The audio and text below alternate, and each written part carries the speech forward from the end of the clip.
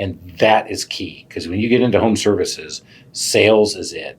You have advertising, you have marketing, and then sales, or converting that lead, that call that came in, and converting that to a sale.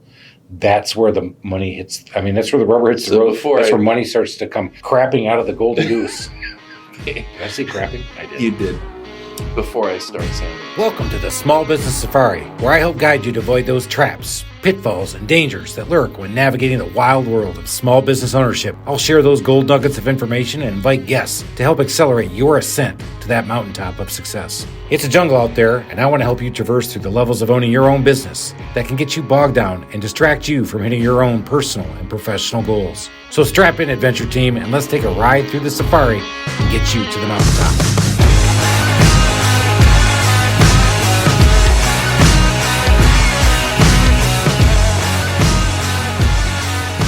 All right, here we are again, Alan. Cheers. Cheers. So we were talking business plans, and we need to go a little bit deeper on business plans. When we last talked about this stuff, I developed a pretty good program, getting my business plan developed while I had a job, not while I didn't have a job. But I didn't have it all the way there.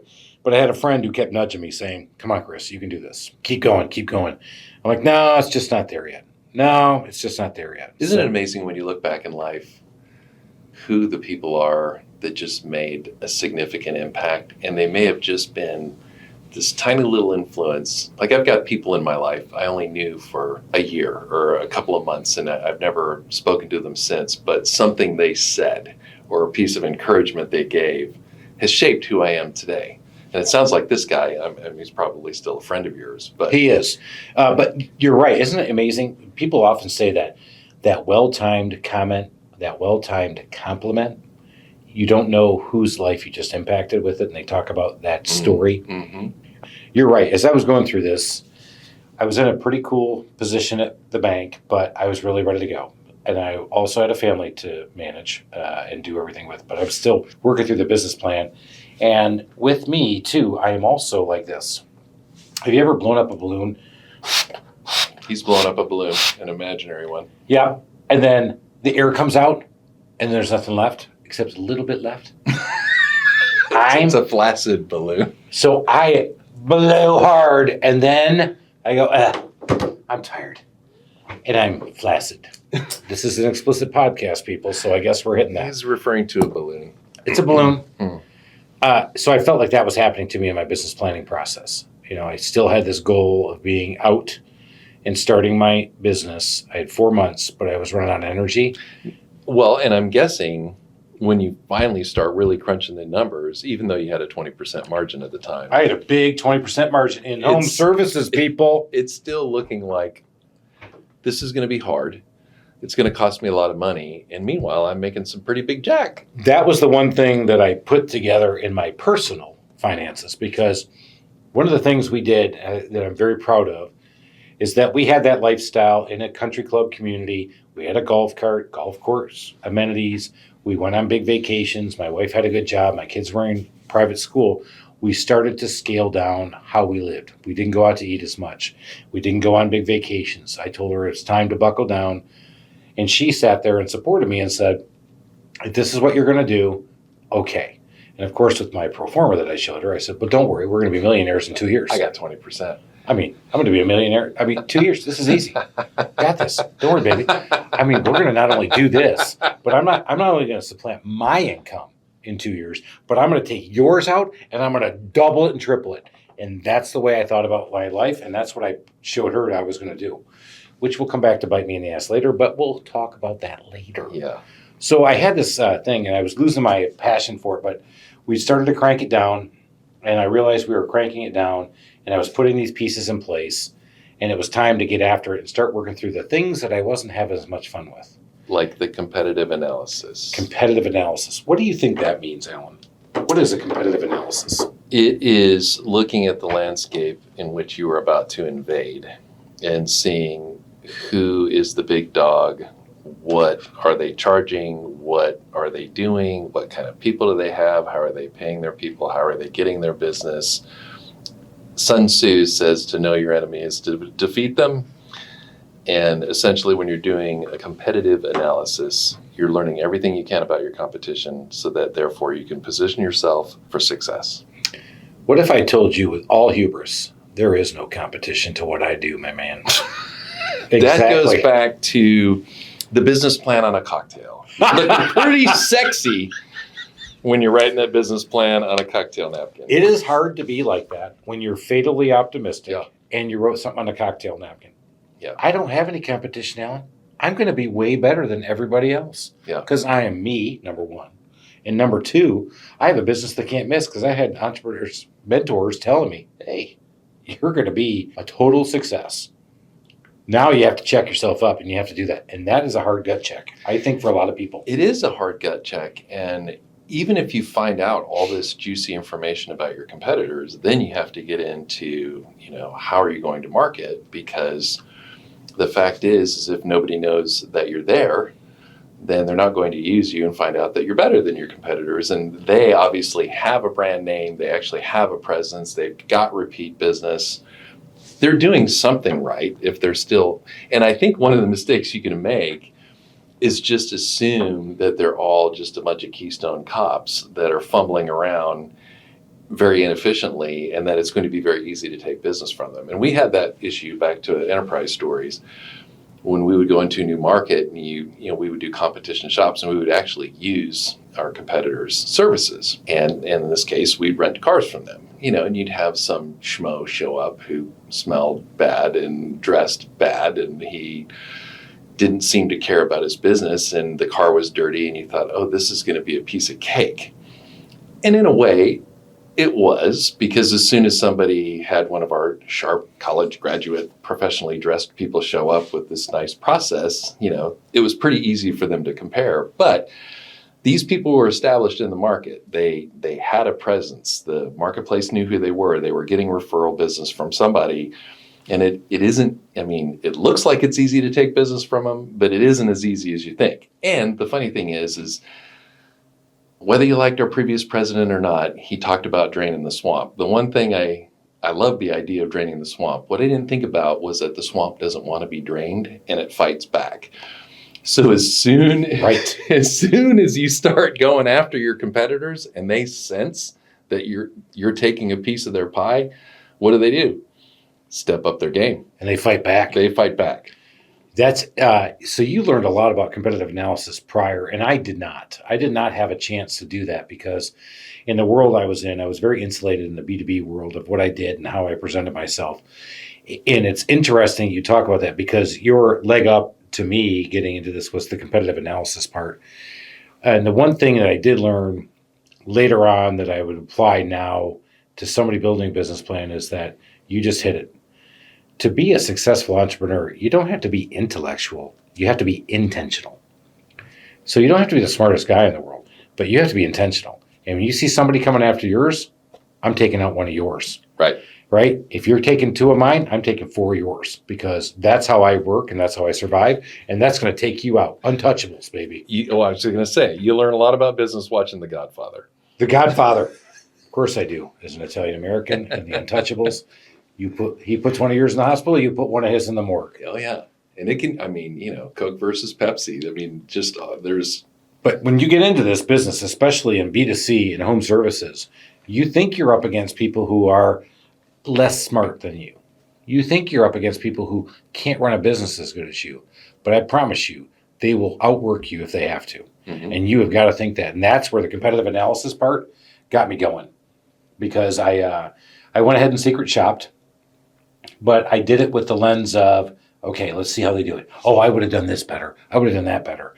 But the thing that I really found from the one independent was that the one thing I couldn't do better is that he would work till 8 o'clock at night and he would outwork me and be a better handyman. And that was the big part. But I knew I could put a professional spin because if I can get that guy to come work for me, he could make more, I could make more, everything would work out. But competitive analysis is such a big piece, especially when you're not in the market yet. But you can't do it that lens of, I'm smarter than you, because they are more intentional than you are. Because that's how they're putting food on the table. Yeah. That's how they're providing for their family. And right now, you're getting a chance just to sit back, fingers crossed, and doing the Godfather thing. Like, come impress me, son. Come impress me, son. Oh, you didn't impress me, son. Yeah, but you didn't have to lose any money today. You didn't have to make money on this transaction. You wanted to see what he was doing. He was out there and he was fighting for that piece of cheese. But it is a way that you can find out. You can find out a lot of really interesting things when you do a really thorough competitive shop. Obviously, you can find out pricing information and where you need to position yourself pricing wise. But you may find out things inadvertently, like how all of your competitors are handling the phones, for example, may give you an idea of how you can do something better that was never even on your radar before. Like, let's say half the time it goes to voicemail. Would it be worth making sure that you have a live body answer the phone? Because as you know, most people don't like to leave a message. The first person that answers the phone gets the deal, that kind of a thing. The other thing that you might find out, among many, is it could be that you think, let me think of a good example of this, and I don't want this podcast to be a myriad of enterprise stories, but this will have to be another one. If Enterprise sponsors us, I'd be happy to let that happen. If Alan knows anybody at Enterprise or Enterprise is listening, which we're basically telling people from Enterprise, you can run your own business within Enterprise or come live with it. I'm kidding. But what you can find out is maybe you think in order to be, maybe your unique selling proposition in the case of a rental car is we're going to have unlimited mileage, which is playing Russian roulette with your cars, because somebody may pick up the car on Friday and drive to Maine and then come back on Monday and, you know, your car is worth nothing by the time they come back. It could be that when you do your competitive analysis that nobody's offering unlimited mileage, but they're all offering 250 miles a day. So can you actually provide more value to your customer by giving them 500 miles a day rather than just the full unlimited? And you could extrapolate that to any industry. So in other words, you may not have to give away the farm as much as you think you do. You just have to do something a little better than your competition in order to distinguish yourself. But how did you know that unlimited mileage would be a thing? Did you guys do a market study? Did you find that out? Because you just said, hey, if I do this and do that, you're giving away, you know, what if I said that everybody at a handyman job, if I gave them a lollipop at the end, they would love me? And there's a whole thing about the giving them the lollipop at the end story, but I think there's a little bit of a difference in value between a lollipop and unlimited mileage. Oh. I just devalued Enterprise, and I obviously you can't see this in the podcast. You can't ride your lollipop to Maine. Oh my God, he just twitched. He got a little upset about that. But my point is, how do you know what works? So that's the big part. When you're doing competitive analysis, you're watching people and you go, I value this, I value that.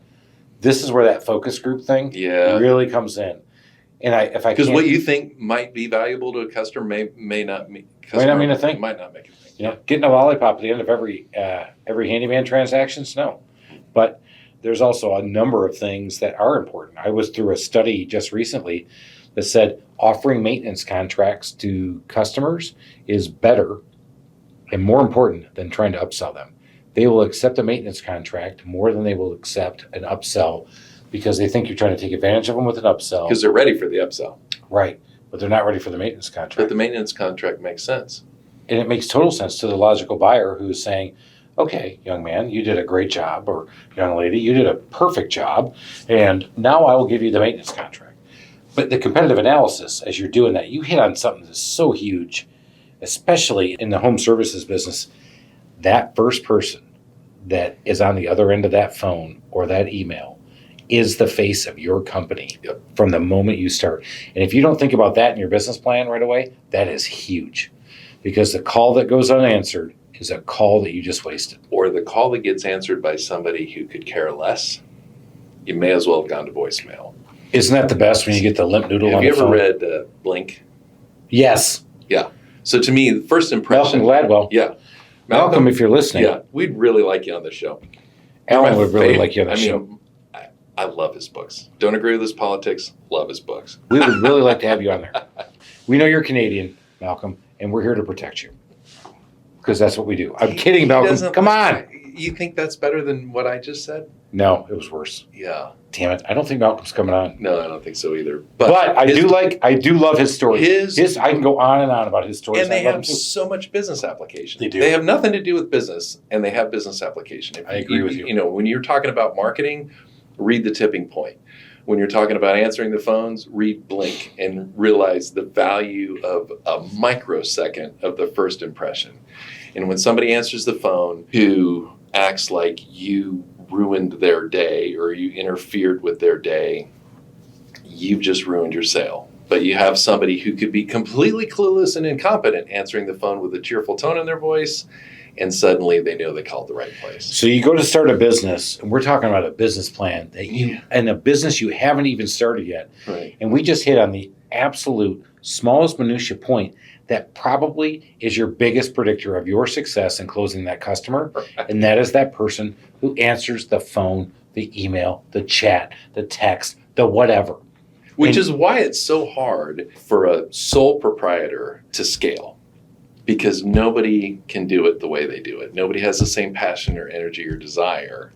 And so how do you hire people, the right people, and train? It's a whole nother podcast. That's a whole other podcast, and I'm sitting there rubbing my head because that's the kind of stuff, if you put yourself in the moment in a business plan, you save yourself tens of thousands of dollars. Yes. Because you just realize the person answering the phone with a smile on their face, who's almost invested as much as you, who probably needs to be you day one, because you need to understand how to answer those phone calls. And if you're not a good phone voice, if you don't have that good personality over the phone, you're not winning.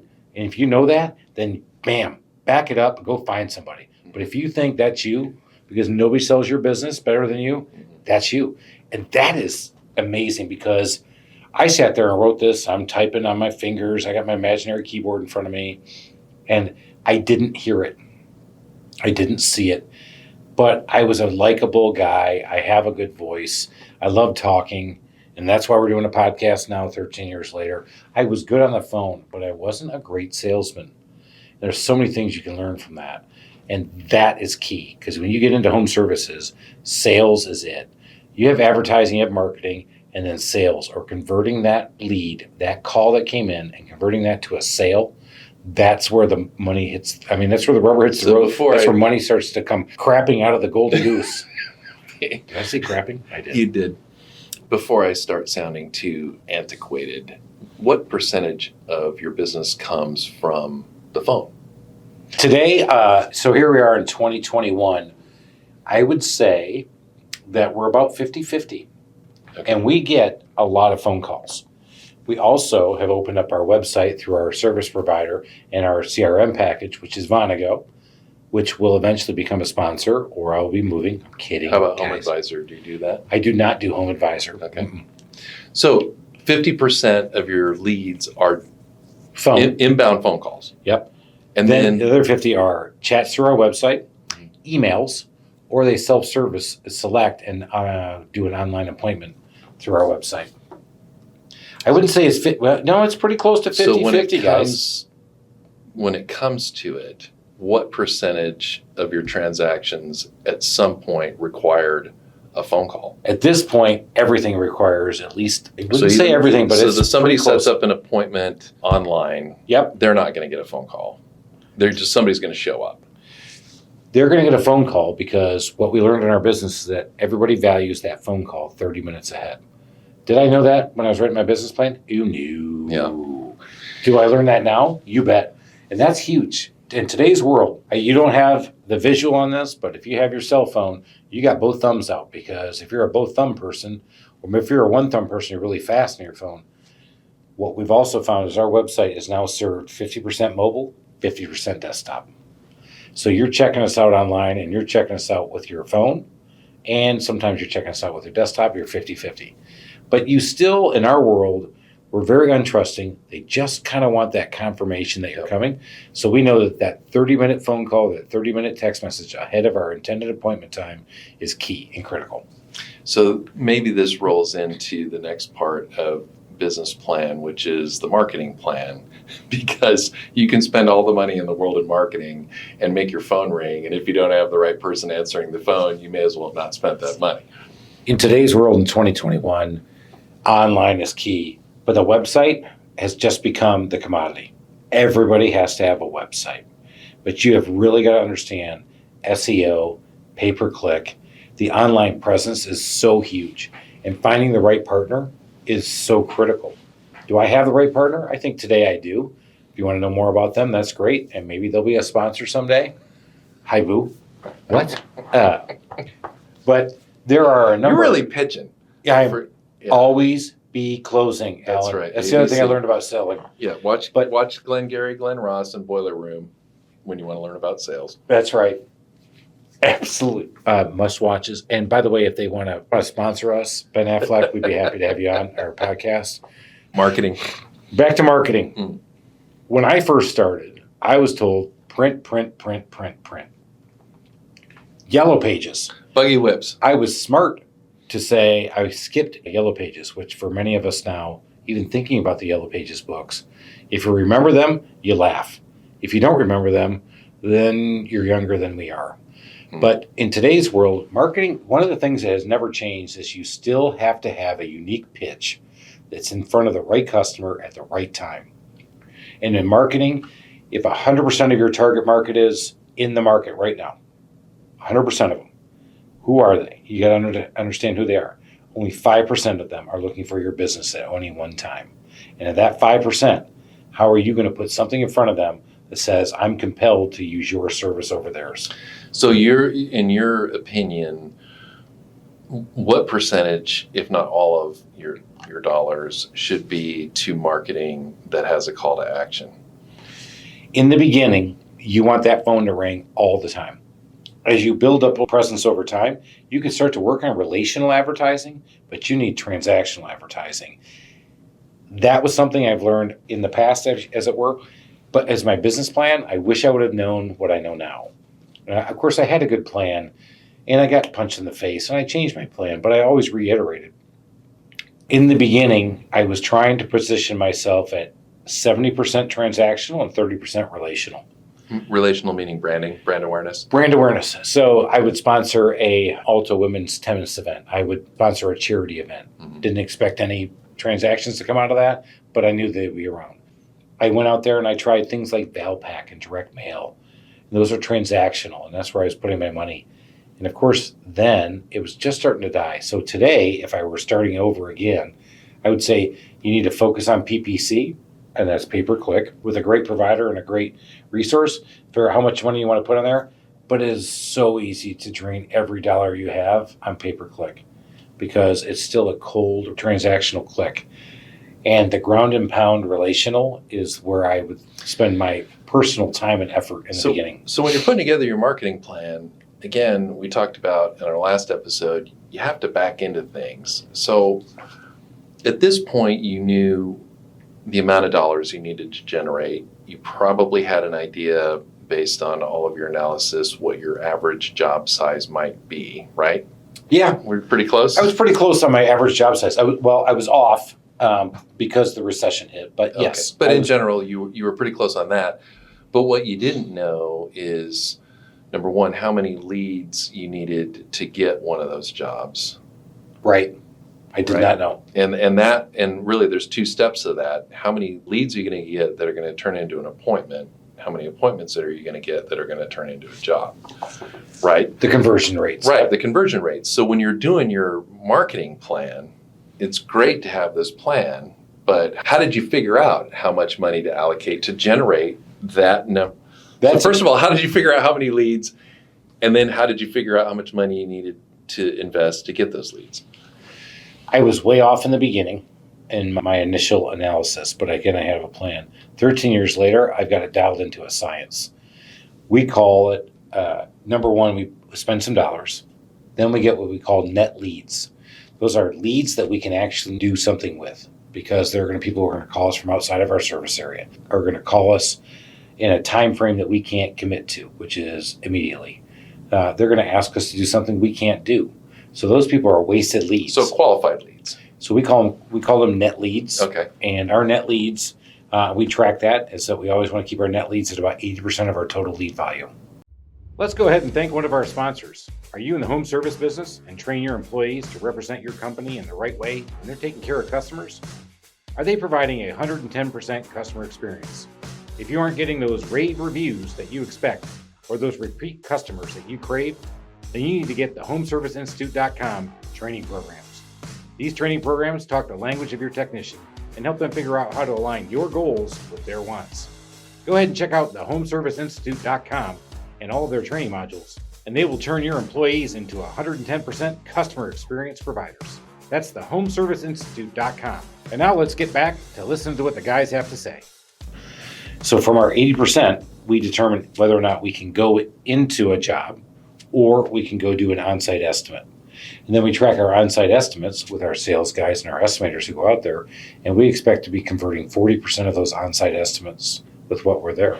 Which, for somebody listening who's starting cold in a business that they have never been in, maybe, they're going to have no way to figure out those conversion percentages. No way. And to convert what we're converting today on day one, even in a franchise system, you don't convert that many. No, you grow into it. As we talked about earlier, you don't have the brand, you don't have the awareness.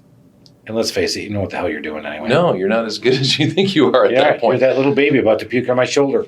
But it kind of gets back to the whole essence of writing this plan is if you got to start somewhere. You have to plan. And you got to start somewhere. Exactly. And it's got to be a reasonably educated guess. But then the bullets start flying and then you can tweak it. I'd say for every 10 leads, you can expect to convert 3. That'd be if somebody was asking me right now, it's like, Chris, you got to put a number on it. And I'm never afraid to put a number on something. Boom. Put 3 on it. And the nice thing is once you establish whatever your conversion rate is, then you can have fun as a business owner. Okay, how do we get it to 4? Don't you love that guy you run across at a chamber event that when you ask him those detailed questions and he says, Chris, I convert 80% of everything I see. You do not, Buck. I mean, stop. And you know what I'm talking about. You don't convert 80% of what you see unless you choose not to see people that you're trying to cold call or somebody just found you on the internet. Because it just doesn't happen that way. Is somebody listening to this thing right now, the fatal optimistic entrepreneur is going to sit there and go, I'm going to do it. I'm going to do 80%. No, you're not, man. You're just not. And if you build your business around that, well, let me tell you about my 20% net business. Yeah. Because you got to be real with yourself. So how did you come up with your marketing budget for your plan? That was hard because I was told as I went out there and shopped my marketing plan and my ideas with people, I actually had it down by the month because in my business, we're very seasonal. And so we're in Atlanta, Georgia as a handyman company. You would think, especially if you grew up in New York or Michigan or up north in Oregon, even further north in Edmonton, go back to the earlier episodes. You think we can work 12 months out of the year down here in Georgia. Well, the fact of the matter is you don't. It's still seasonal. Mm-hmm. January and February are very slow for us because people are hunkered down because it's a little bit too cold for everybody to kind of go out and have fun. So I went back and I said, okay, I'm seasonal. I'm going to go put my marketing dollars where people are interested. We knew that spring was going to be a big time, so we put our advertising dollars in the spring. We put a little less advertising dollars in the months of June and July because we knew those were big times for families to go on vacations and wouldn't be around as much. And then we put the hard press on in September and October because of that run up until the holiday season. Well, that begs the question, what's the lead time of effectiveness of advertising? So if you want to take advantage of a fall big business, when do you need to start budgeting? When do you need to start marketing for that? Right in August is for us here. So 30 days in advance? 30 days because our average, and that we started to figure that out in the home services business for doing what we do, the average transaction time or time from estimate provided to time of service delivered was anywhere between 2 and 4 weeks. A remodeling is between 4 and 8 weeks. So do you think you have the marketing down to, let's say you were going to open Trusted Toolbox in Charlotte? This is a great question. I love getting this question. Do you think you could go to another city right now with your Trusted Toolbox and kill it? No, but yes. Just like a franchise. You have no brand awareness. I don't care. If you're Subway, you got me. Right. But if you are a home service provider and you're doing windows, you're doing AC, you're doing plumbing, you're doing electric, you're doing handyman services, nobody knows who you guys are, guys. They just don't know who you are. Your national brand does not work in that local market, but you can help them because you know what does tickle that local market. And we're going to give you those activities that will help you drive it. Do I think it could be successful in Charlotte? Yes. How? What I did. And that was I spent my money on transactional advertising. I spent my time on relational advertising. And in the beginning, I spent a lot of time going to chamber events, going to networking events, finding other people who would refer business to me, sponsoring art events, sponsoring tennis events, sponsoring other things that made sense to me. I went to home shows and put a booth up. I spent a lot of my time getting relational. That paid off on the end. But back to your original question, did you know how much to spend? I went in with my pro forma and I said I have to spend 10 grand a month. And then That's a big number for a small business, isn't it? Hello. That's Yes. a big number. Yeah. And I would not recommend that again. And I did not understand where I was putting my money all the way, but I knew what I was doing. And what was funny was that my networking was overcoming my transaction spend. Isn't that interesting? We'll have a fun podcast on networking and referral business. My networking and referral business, while a little bit more of a long tail and a hard game, and it's definitely a ground and pound game, it definitely paid off more in spades than my Val packs, my money mailers, all the things I did that were transactional in nature. It is interesting, the whole advertising world, and I've been really closely involved to it in a macro level at a major corporation and at a micro level with my own business. And the old saying is 50% of your advertising dollars are completely wasted. The problem is you don't know which 50. And so depending on what industry you're in, because you found out Valpak did not work for you. And I don't even know if Valpak still exists or not. So Valpak does still exist because before we came to do this podcast, I got a Valpak at home. Yeah. And you know where I put it? In the trash. Right in the Recycling. trash. You recycle it. I'm sorry, I recycled. Yeah. However, there are other businesses that probably do really well with Valpak. And one of the things that I learned, and I was told when I had my furniture store, you get into the luxury magazines because we were a high-end furniture store with a full interior design service. And so all the tennis moms are reading these magazines, so you need a full page ad. And I spent a gazillion dollars on these. I don't know if I honestly ever got one transaction that I could attribute to that. And I was, I've talked about this, so like how long do you let something run on an ad? And I would let it run for a while because I was, I'm a firm believer that you need When you said a while, how much? I mean, One episode a month, so one magazine a month. Yeah, that magazine would go for a year. So you do 1 year. Oh, yeah. And that number. But I would play with the ad. And I mean, it wasn't just a pay for it and forget it. It was an active management thing. But like you, I found that most of my business came from my location and for me and networking. Right. But I kept advertising, I got to the point where I'm handwriting letters to new homeowners. I'm doing all kinds of things. The one thing that worked unbelievably well for me, and I stumbled into it 5 years after opening, was a billboard. And that was for me. But what I learned through that whole process, because you talk to other business owners in different markets, in different industries, Valpak works great for one. Magazines work fine for another. Obviously, everybody has to work with pay-per-click right now and SEO and all that stuff. Which is very expensive and a deep, dark hole. What ended up happening was I did a TV ad and found out it wasn't nearly as expensive as I thought when I worked with a local cable person, and we made a nice ad and put it on these channels that are hardly ever watched, but watched by people who were in my perfect target market. And then I had a billboard. And what that translated to customers was, wow, to be on TV, you must be somebody. Wow, to have a billboard, you must be somebody. I guess everybody can be in a magazine. And people started walking in. Hey, I saw your TV ad. I saw your billboard. I just had to come in. And that worked. You just for hit me. on, I think that is the magic science or the secret sauce. Here's the gold nugget. All right. What I learned in home services business was that by keeping a tight radius and keeping a high visibility rate was better than casting a wide net. So I cast a very narrow net with my marketing dollars, and I try to do this. I wanted you to see my truck, which was wrapped, get my mailer, which was coming hopefully behind it, then maybe getting a door hanger for one of my guys to do the job, maybe seeing my yard sign from one of my guys doing a job in their neighborhood, maybe seeing me at the Ulta event that was going on. But we knew, and the thing I went on was the 7-to-1. We knew that they had to have 7 touches before they begin to think that you were part of it.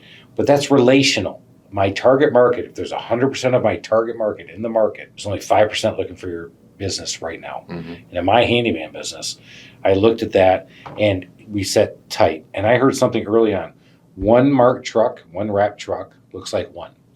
2 looks like 4. 3 looks like 9. 4 looks like 16. What I did with all my trucks in the beginning was I took the last 2 digits of my VIN number and put them on the back.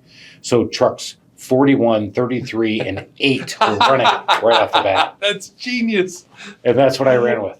I love it. That was the best marketing in the beginning. By staying tight and staying in what I'm doing, I was able to grow.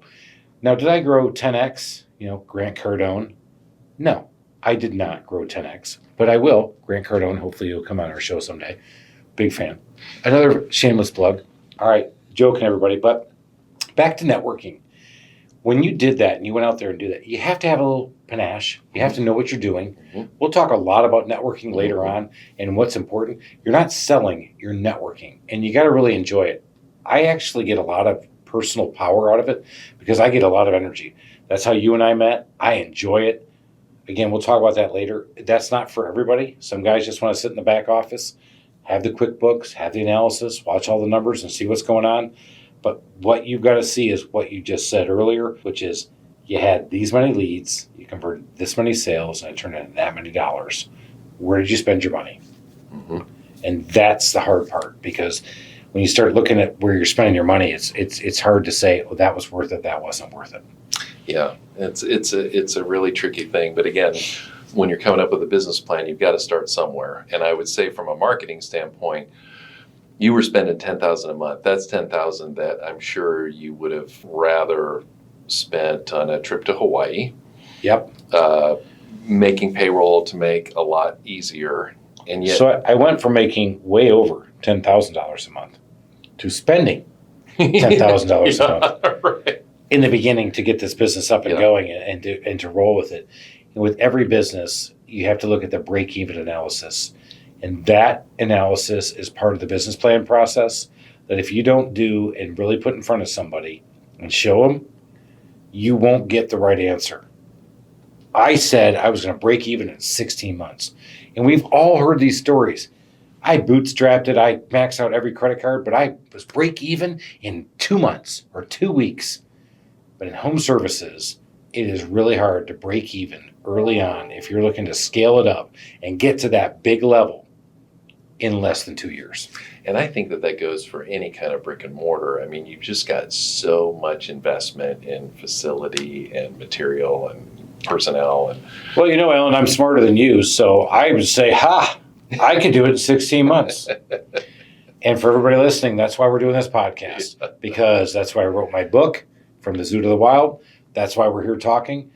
I put my break-even analysis in front of all my mentors, and that's the one thing I did show them without showing them my 20% net.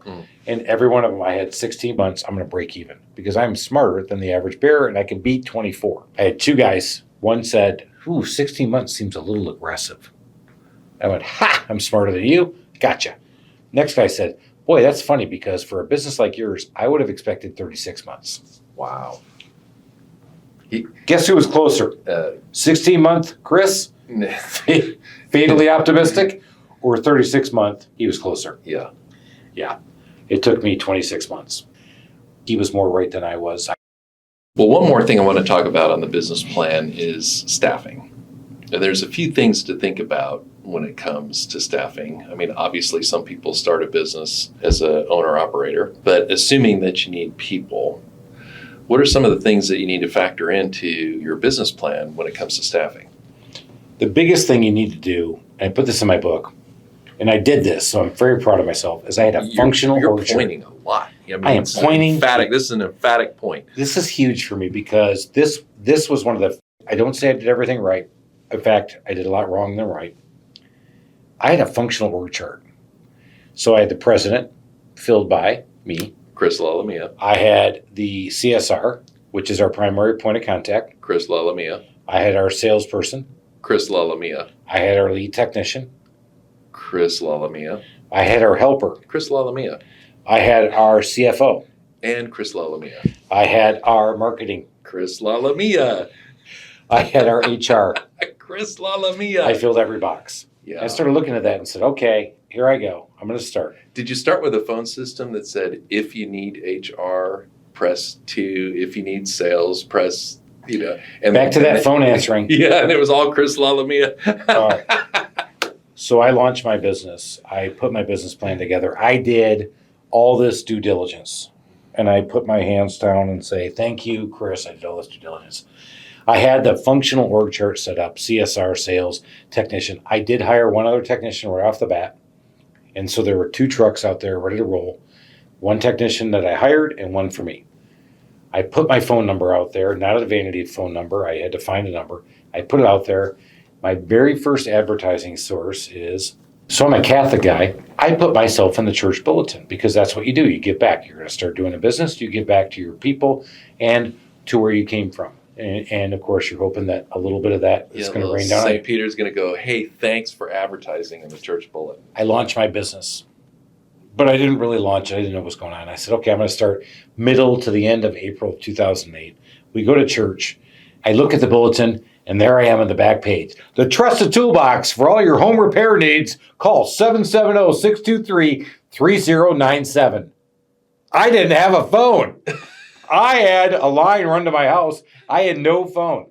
I put all the kids, I put the wife, the kids, they all get in the car. We drive to Best Buy, which don't be afraid to sponsor me, Best Buy.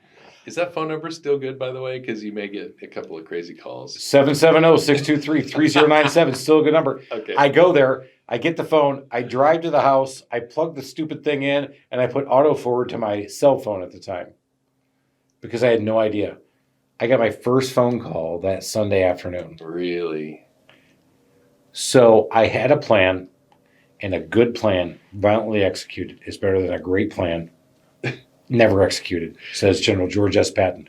But when you get hit in the nose and you have that happen, you start to scramble. And Daddy got a first taste of what it's like to be a small business owner. The org chart, back to that. You're building your, by the way, when you were doing your business plan, how many years did you project out? Was it? I projected out 3. Okay. Because I was going to break even in 16. That's right. And then I was going to make $1 million by 3. Would you recommend 3? 3 is the right number. 3 is right. Yeah, I think so too. So you're starting off with a staff of you. Yep. And at some point, your volume quickly, because you're on the 16-month break-even plan, gets to the point where it can't be just you. So you have to have your first hire. Were you hiring sales or admin? My first hire were technicians. Okay. So I had to have 3 to 4 technicians before I would hire a CSR or a salesperson. I figured I would be our best salesperson, but I also was a technician at the time. But my first hire outside of technicians was a CSR. Okay. Because I realized I did not want to be on the phones. I needed to have that warm, personal voice. And I lucked into it, and she is still with me today. And Cindy is a godsend, and she has been a stalwart and a rock for my company. But I got very lucky in my first hire. When you look back on your first business plan, were you pretty accurate on when you needed to add people? And I was very accurate when it came to the staffing and the projections. I was doing really well with that. I had 4 technicians. A year later, I had somebody answering the phones, and I was primarily doing all the sales. Where I was wildly off was in that great thing called net profit. Well, and but with 20% margin, how could you miss?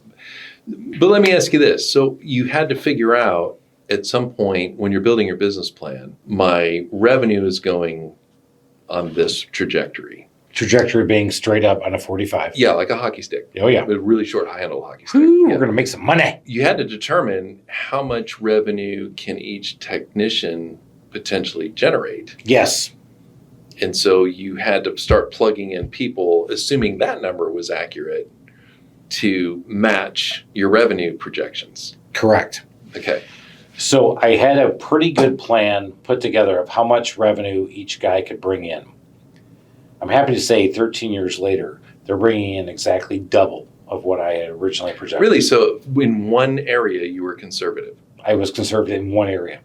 in just one. But that's a pretty good one to be conservative in. That was pretty cool because what's happened to me is I've learned over time, everybody thinks your revenue and your net income all go up linearly, like a hockey stick. And the truth of the matter is, while your revenue does continue to grow, your net or your profit, what you're going to make when you bring home, actually kind of goes up in a stair step. Kind of like Charlie Brown's kite.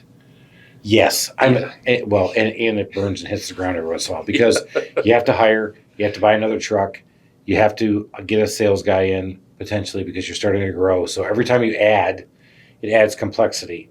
And if you're not thinking about that complexity, especially in those first 3 years, putting that business plan together, then you won't be prepared for it.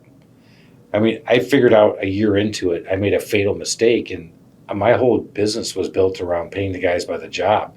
So it'd be merit-based, but I realized it was so hard to do right off the bat, I just paid the guys by the hour. And then in January, a year later, I looked, and I paid more out in payroll in 2 weeks than I actually brought in revenue. So you went back to your original plan. I had to go back, and I kept going back to my original plan every year. I would sit down and look at it and went, wait a minute, why am I not doing it? Oh, that's right, it's really hard. Yeah, but you're not making much money, and you're throwing away a lot of money, so you got to figure this out.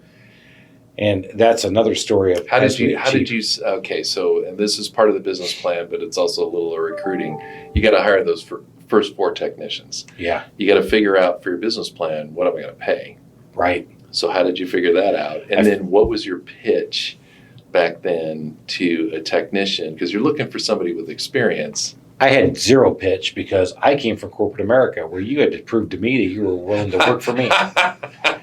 Right. Yeah. How are you going to impress me? Right. And that, as you learn about recruiting, which we'll talk about a lot more later, but in business plan, what I put together was I was going to recruit through Craigslist. There was no ZipRecruiter, no Indeed at the time. I was going to filter through, and I was going to find somebody who was versatile and somebody who had the skill sets. And the interviewing process I followed was completely 100% wrong. The recruiting of these guys was amazing. I put one ad out. I had 300 responses on Craigslist. No kidding. I had never done this before. 300. And there was everything from hire me, number, and the number would be wrong, to here's my resume. Yeah. Very few resumes. No. Yeah. The guys I was hiring more crayons and resumes weren't exactly the people I was using at SunTrust or hiring for at SunTrust. And so I sifted through them, and I would argue that sometimes having your worst employee first is best. Because worst, first, and best, all in the same thing, helps you figure out your processes a lot better. The hard way. But I didn't know that when I was building my business plan. I felt like I had a solid plan, but it still had a lot of holes. But then something that hit me was what my English teacher said to me in high school, is that when we turn it into term paper, he used to run a joke, and he'd grab the papers and he'd put them in his hand and he'd go, yeah, that one feels like an A paper. I was like, you know what? I felt like I had an A paper. I felt like it was pretty heavy.